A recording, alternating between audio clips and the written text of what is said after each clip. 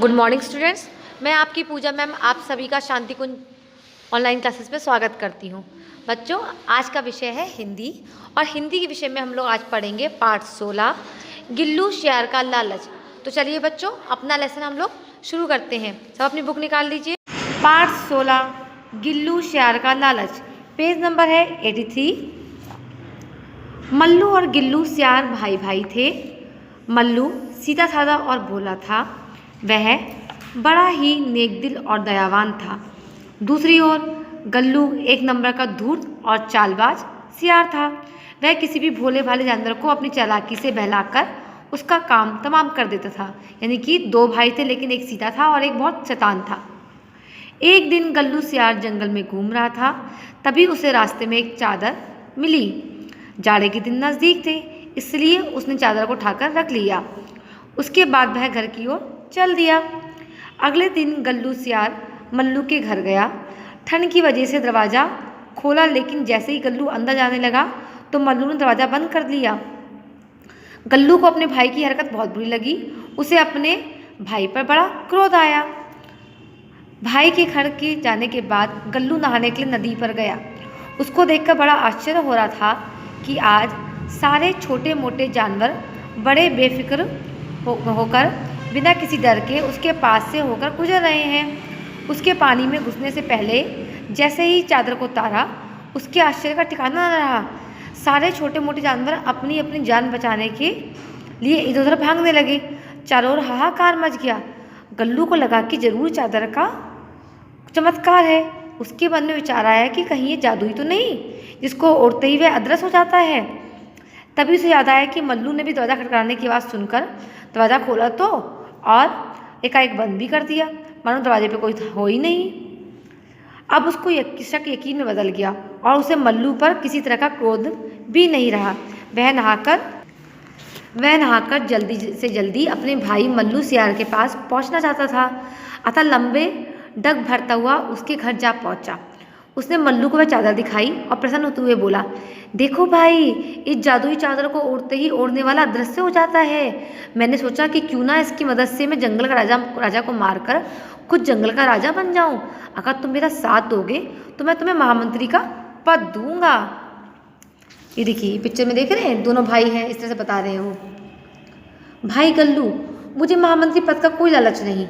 यदि तुम मुझे राजा बना भी दोगे तो भी मैं नहीं बनूंगा, क्योंकि अपने स्वामी से गद्दारी मैं नहीं कर सकता। मैं तो तुम्हें यही सलाह दूंगा कि तुम चादर का दुरुपयोग नहीं करना चाहिए।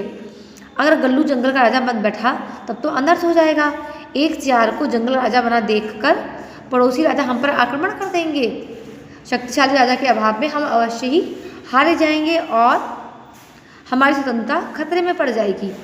यह सोचकर मल्लू सियार उठा और उसने मन ही मन गल्लू की चाल को असफल बनाने की एक योजना बना डाली। रात के समय सब सो रहे थे। मल्लू अपने घर से निकला और चुपचाप खिड़की के रास्ते गल्लू के मकान में घुस गया। उसने देखा कि गल्लू चादर उसके पास रखी हुई है। उसने बड़ी ही सावधानी से उसे उठाया और उसके स्थान पर एक अन्य चादर रख दी, जो कि बिल्कुल वैसी ही थी। उसके बाद वह अपने घर आ गया। सुबह नहा धोकर गल्लू सियार शेर को मारने के लिए चादर ओढ़कर प्रसन्नतापूर्वक उसकी माद की ओर चल पड़ा। आज उसके पांव धरती पर नहीं पड़ रहे थे। आखिरकार वह अपने आप को भावी राजा समझ रहा था। ये देखिए, सपना देख रहा है कि राजा बनूंगा। आखिर वह अपने आप को भावी राजा समझ रहा था। माद में पहुंचकर उसने देखा कि शेर अभी सो रहा था। गल्लू ने गर्व से उसको एक लात मारी और उसको जगाकर गालियां देने लगा। शेर चौंक कर उठ गया। वह भूखा तो था ही, ऊपर से गल्लू ने उसे क्रोध भी दिला दिया। सो उसने एक ही बार में गल्लू का काम तमाम कर दिया। गल्लू सियार को जब अपने भाई की मृत्यु की खबर मिली तो उसे बड़ा दुख हुआ, पर उसने सोचा कि इसके अलावा जंगल की स्वतंत्रता को बचाने का कोई अन्य रास्ता भी तो नहीं था। उसकी आंखों में आंसू आ गए। वह उठा और उसने उस जादू चादर को जला डाला ताकि वह किसी और के हाथ में ना पड़ जाए। मल्लू ने अपने भाई की जान देकर अपने राजा के प्राण बचाए थे और जंगल की स्वतंत्रता भी। तो देखा बच्चों कि गल्लू ने कितना अच्छा काम किया था।